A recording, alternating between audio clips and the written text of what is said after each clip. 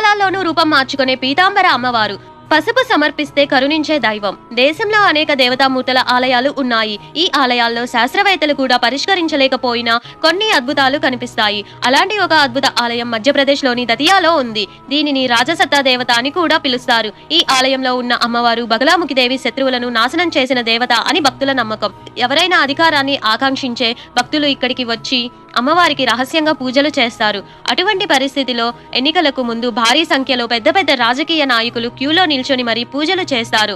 ఈ అద్భుతమైన అమ్మవారి ఆలయం గురించి తెలుసుకుందాం. పీతాంబర అమ్మవారు. పీతాంబర అమ్మవారు ప్రసిద్ధ సిద్ధపీఠం మధ్యప్రదేశ్లోని దతియా జిల్లాలో ఉంది.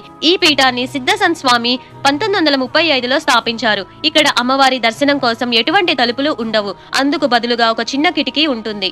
ఆ కిటికీ ద్వారా బగలాముఖి దేవిని దర్శనం చేసుకోవచ్చు. ఈ సిద్ధపీఠంలోని అమ్మవారికి పసుపు వస్త్రాలు ధరించి పసుపు హారతిని సమర్పించడం ద్వారా భక్తులు కోరిన కోరికలు నెరవేరుతాయని నమ్మకం. 3 కాలాల్లోనూ తల్లి రూపం మారుతుంది. ఈ ఆలయంలో పీతాంబర దేవి 3 కాలాల్లో వివిధ రూపాలను తీసుకుంటుంది. భక్తులు ఉదయాన్నే అమ్మవారి రూపాన్ని దర్శిస్తే మరుసటి గంటలో మరొక రూపాన్ని చూసే భాగ్యం కలుగుతుంది. బగలాముఖి దేవి రూపం ఎలా మారుతుందనే రహస్యాన్ని ఇప్పటి వరకు ఎవరు కనుగొనలేకపోయారు. ఈ కారణంగానే రాజ్యాధికారం పొందడంలో అమ్మవారి ఆరాధనకు ప్రత్యేక ప్రాధాన్యత ఉంది.